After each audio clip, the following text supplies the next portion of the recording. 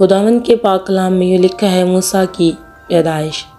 اور لاوی کے گھرانے کے ایک شخص نے جا کر لاوی کی نسل کی ایک عورت سے بیاہ کیا۔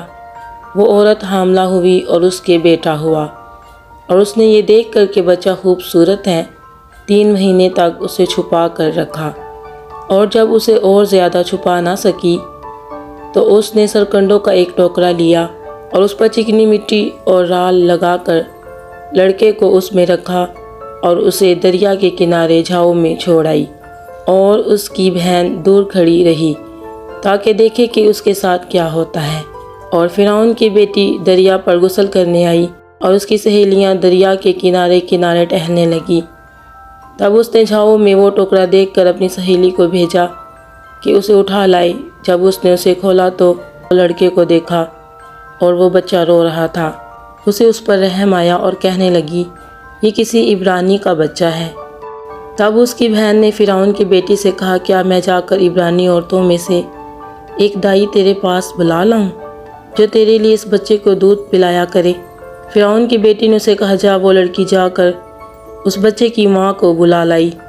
فرعون کی بیٹی نے اسے کہا، تو اس بچے کو لے جا کر میرے لیے دودھ پلا، میں تجھے تیری اجرت دیا کروں گی۔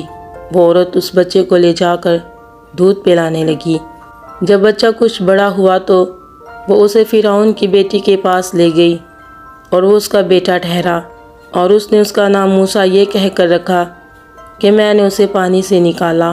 اتنے میں جب موسیٰ بڑا ہوا تو باہر اپنے بھائیوں کے پاس گیا، اور ان کی مشقتوں پر اس کی نظر پڑی، اور اس نے دیکھا کہ ایک مصری اس کے ایک عبرانی بھائی کو مار رہا ہے۔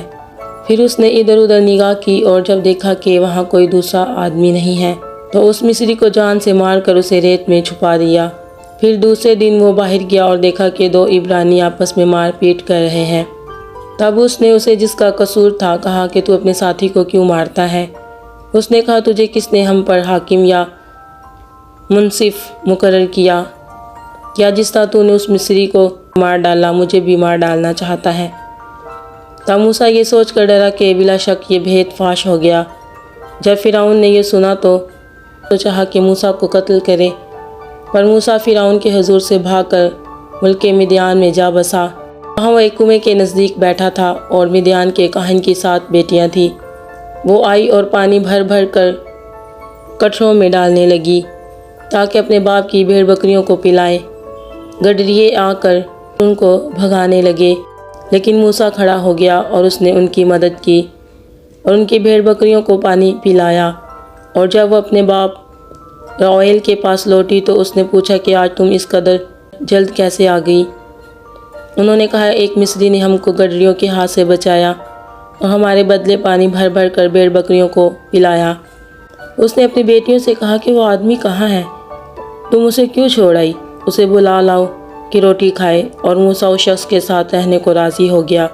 تب اس نے اپنی بیٹی صفورہ موسیٰ کو بیاہ دی، اور اس کے ایک بیٹا ہوا، اور موسیٰ نے اس کا نام جیرسوم یہ کہہ کر رکھا کہ میں اجنبی ملک میں مسافر ہوں۔ اور ایک مدت کے بعد یوں ہوا کہ مصر کا بادشاہ مر گیا، اور بنی اسرائیل اپنی غلامی کے سبب سے آہ بھرنے لگے اور روئے، اور ان کا رونا جو ان کی غلامی کے باعث تھا خدا تک پہنچا۔ اور خدا نے اپنے عہد کو جو ابراہیم اور اسحاق اور یعقوب کے ساتھ تھا یاد کیا، اور خدا نے بنی اسرائیل پر نظر کی اور ان کے حال کو معلوم کیا۔ مسیح یسوع کے جلالی اور بابرکت کلام کے پڑھے اور سنے جانے پر اس کی خاص رحمت اور برکت نازل ہو اور آپ سب کی سلامتی ہو، آمین۔